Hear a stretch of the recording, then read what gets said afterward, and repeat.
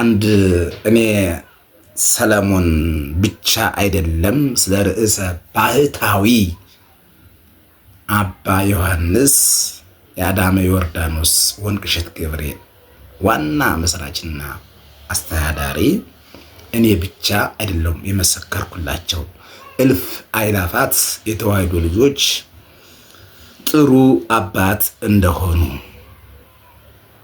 የቤተ ክርስቲያን አባት እንደሆኑ ቤተ ክርስቲያንን ለማስፋፋት ሕዝበ ክርስቲያንን ለማብዛት የክርስቶስ ስም ሕዝበ ክርስቲያኑ ዘንድ እንዲታወቅ አማኙ ከጥፋት ከበደል ከኃጢአት ርቆ እግዚአብሔርን እንዲያውቅ በማድረጋቸው እንደዚህ ሊጨበጨብላቸው የሚገባ አባት ናቸው። እኒህን አባት አንዳንድ አባቶችና አንዳንድ ሊቃውንት አንዳንድ ነቃፊዎች እስቲ እንደነዚህ አባት ትልቅ ገዳም መስርታችሁ አሳዩን፣ እንደነዚህ አባት ሕዝበ ክርስቲያኑን ወደ ቤተ ክርስቲያን እንዲተም አድርጋችሁ አሳዩን። እንደነዚህ አባት ሕዝበ ክርስቲያኑ ወደ ቤተ ክርስቲያን መጥቶ እንዲያስቀድስ እንዲያስወድስ እግዚአብሔርን እንዲያመሰግን እንዲዘምር እንዲቆርብ እንዲጸልይ እንዲጾም አድርጉና አሳዩን። አሁን ዋናው ነገር ምንድነው? ከሐሜት ከወሬ ካሉባልታ ከጎጥ ከሰፈር ወተን በስራ እንገለጽ። የሚሰራን ሰው እንቅፋት ከመሆን ወተን እንደ አባታችን ገዳምን መስረት፣ እንደ አባታችን ህዝቡን እንሰብስብ፣ እንደ አባታችን የክርስቶስን ድንቅ ስራ ህዝቡ እንዲመሰክር እናድርግ እንጂ እንደዚህ የተሰበሰበውን ህዝበ ክርስቲያን ለመበተን የሚጥር ማንና ማን ነው ብንል ዲያብሎስና ዲያብሎስ ብቻ ነው። ወደ ምህረቱ በስተን እንደ ሰማይ ኮከብ እንደ ምድር አሸዋ በስተን እግዚአብሔርን እንድናመሰግን እግዚአብሔርን ከፍ ከፍ እንድናደርግ ለእግዚአብሔር ቅኔ እንድንቀኝ ለእግዚአብሔር እንድንዘምር ለእግዚአብሔር እንድንገዛ ማድረግ እንጂ እንደ ማንቸስተር እና እንደ አርሰናል ደጋፊዎች እየተነቋቆሩ እየተዘላለፉ እየተነካከሱ አንዱን እየተቸ የኦርቶዶክስ አማኝ ነኝ ማለት ክርስቶስን ማታለል ነው። ክርስቶስ የለም ብሎ ማመን ነው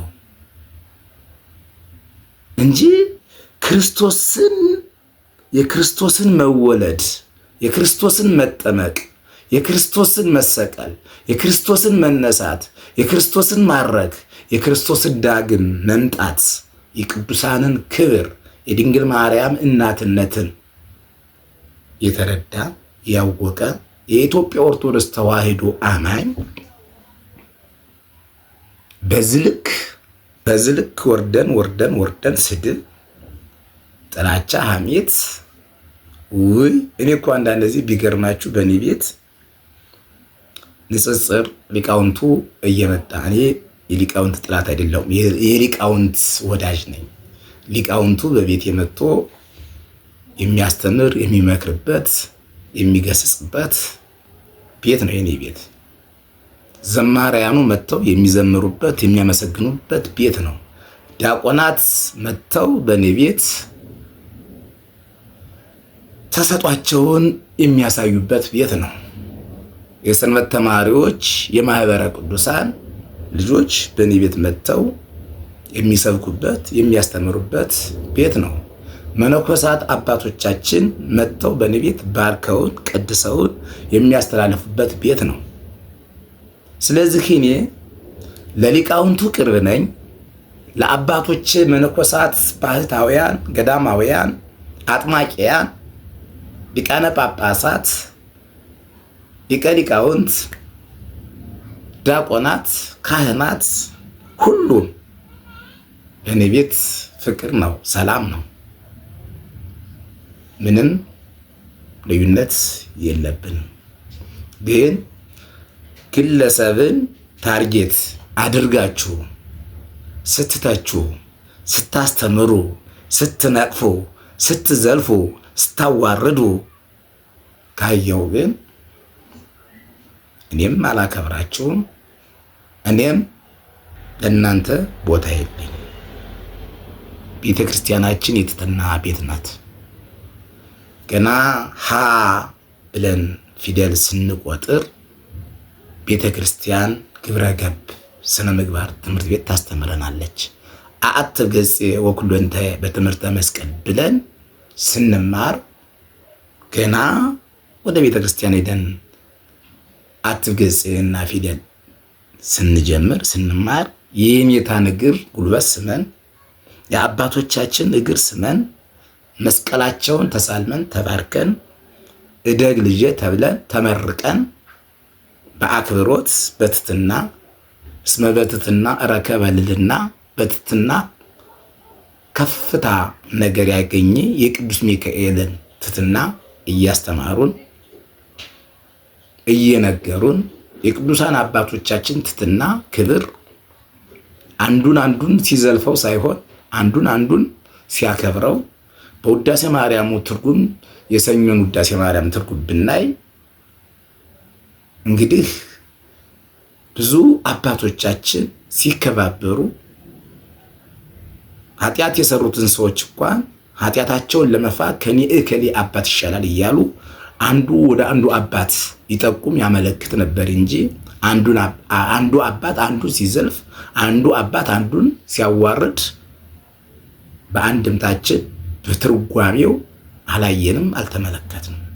ከኔ ክብር የአባ እከሌ ክብር ይበልጣል እያሉ ሲናገሩ ነው የምናውቅ። ያሁኑስ እነ እከሌ እንድናቸው ወዘተናቸው የሚል ንግግር ይነገርና አማኙን ከሁለት ከፍሎ ግራ የሚያጋባ አባት የኢትዮጵያ ኦርቶዶክስ ተዋሕዶ አያስፈልጋት። ማንም ያጥፋ ቤተክርስቲያናችን ሕግ አላት። ቤተክርስቲያናችን ስርዓት አላት። ቤተክርስቲያናችን ቀኖና አላት። ቤተክርስቲያናችን መቅጫ ሕግና ሕግ አላት። ሕግን ለዓለም ያበረከተች ፍትሐ ነገሥትን ጽፋ ሕግ ያደረገች ቤተክርስቲያን ሕግ እንደሌላት በአፈኞች፣ በተሳዳቢዎች፣ በዘረኞች፣ በጎጠኞች አንዱን እየነቀፈው ኦርቶዶክስ ነኝ ማለት አይቻልም። ኦርቶዶክስነት እኔን ውደደኝ፣ እኔም አንተን እወድሃለሁ። ኦርቶዶክስነት እኔን አክብረኝ፣ እኔም አንተን አከብርሃለሁ። ኦርቶዶክስነት እኔን አቅርበኝ፣ እኔም አንተን አቀርብሃለሁ። ኦርቶዶክስነት እኔን አትንቀፈኝ፣ እኔም አልነቅፍህም። ኦርቶዶክስነት እኔን አትስደበኝ፣ እኔም አልሰድብህም። ኦርቶዶክስነት እኔን አታዋርደኝ፣ እኔም አላዋርድህም። ኦርቶዶክስነት አክብር፣ እናትና አባትህን አክብር፣ አፍቅር ቢጸከ ከመ ነፍሰከ፣ ጓደኛ እንደራስህ ውደድ እያለ ኦርቶዶክስነት ይሄ ነው የማውቀው። ኦርቶዶክስነት በስድብ ከሆነ፣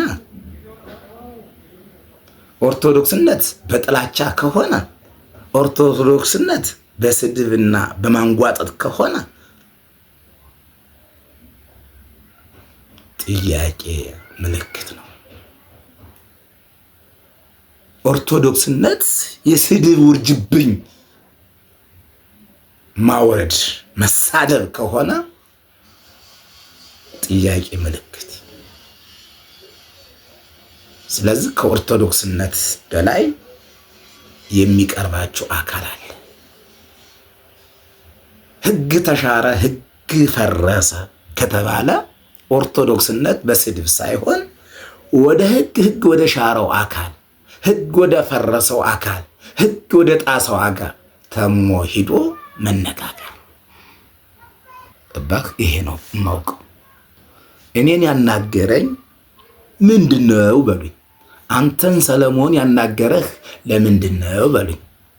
ተከፍሎህ ነው የምትሉ ሰዎች በክፍያ ማውራት የለመዳችሁ፣ በክፍያ በኮሚሽን መስራት የለመዳችሁ ሰዎች ስለ ክፍያ ልታወሩ ትችላላችሁ።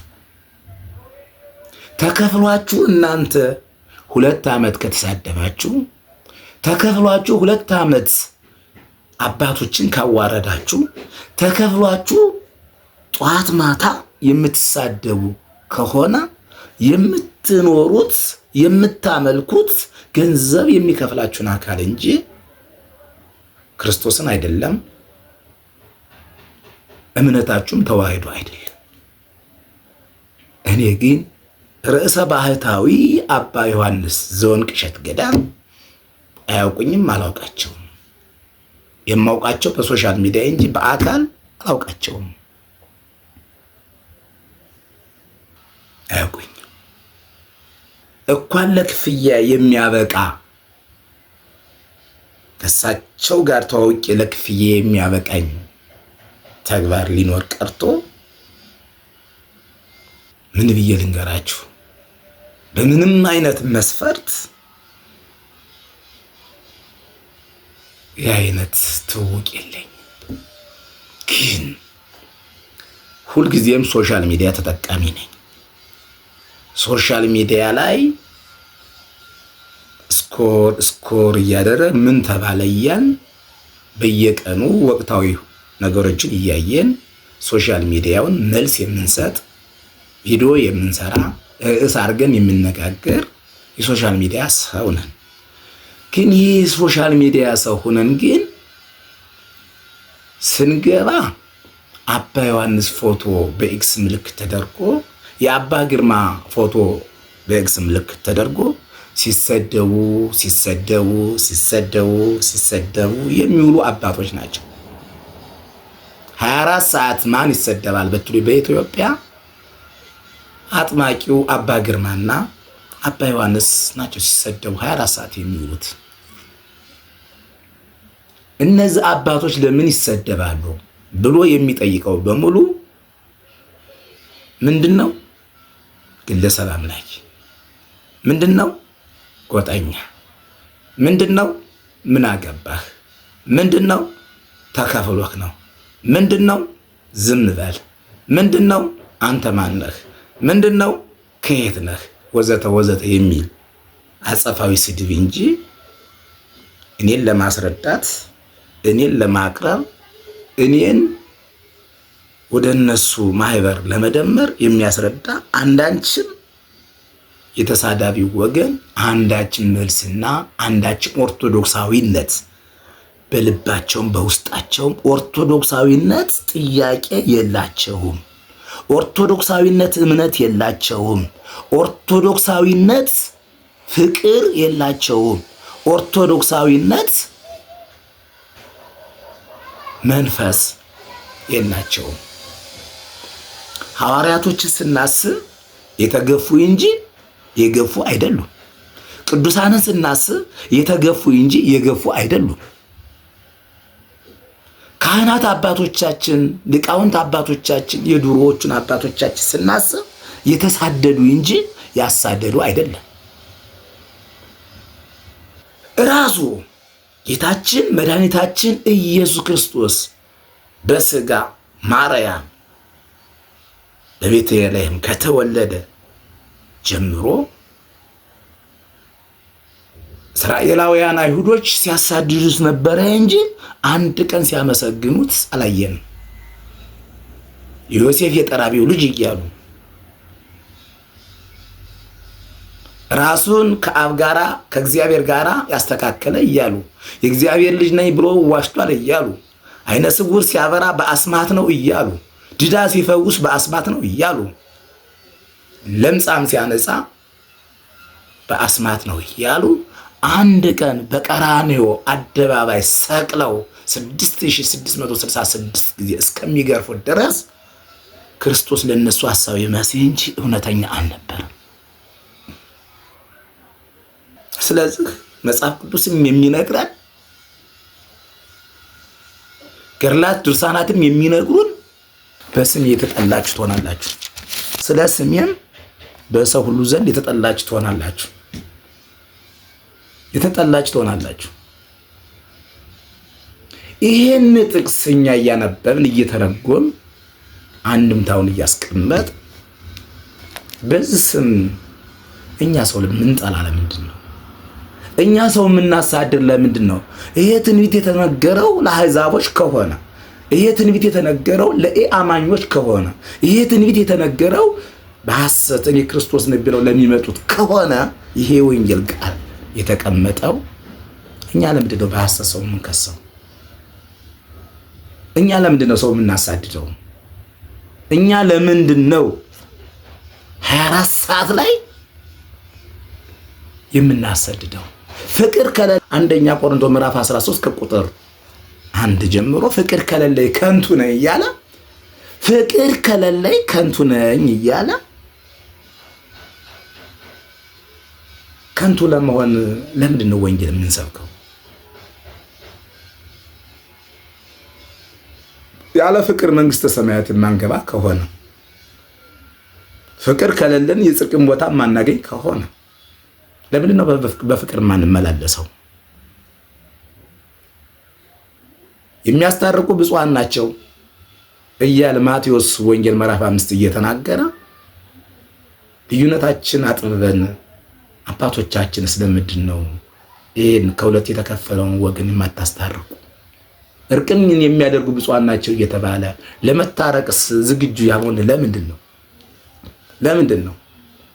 ስለዚህ እኔ ሰለሞን ሳይሆን ከኔ ጋር ሳይሆን ክርክራችሁ ከመጽሐፍ ቅዱስ ጋር ነው። መጽሐፍ ቅዱስን ያላከበረ እኔን ሊያከብረኝ አይችልም። መጽሐፍ ቅዱስን ያላከበረ አባ ዮሐንስን ሊያከብር አይችልም። መጽሐፍ ቅዱስን ያላከበረ ሕጉን ያላከበረ አባ ዮሐንስን፣ አባ ግርማን አባቶችን ሊያከብር አይችልም። ስለዚህ አባ ዮሐንስን በተሳደበ ቁጥር፣ አባ ግርማን በተሳደበ ቁጥር፣ አባቶችን በተሳደበ ቁጥር፣ አባቶችን ባዋረደ ቁጥር ማን እያዋረደ ነው? መጽሐፍ ቅዱስን ነው፣ እግዚአብሔርን ነው። ስለዚህ በመጽሐፍ ቅዱስ ሕግና ስርዓት ከተጓዝ ማንንም ሊሰድበው አይችልም። ማንንም ሊያንጓጥጠው አይችልም። ማንንም ሊንቀው አይችልም ማለት ነው። ይሄ ነው። ሳዳምጻችሁኝ አመሰግናለሁ። ሸር ላይ ካርጉ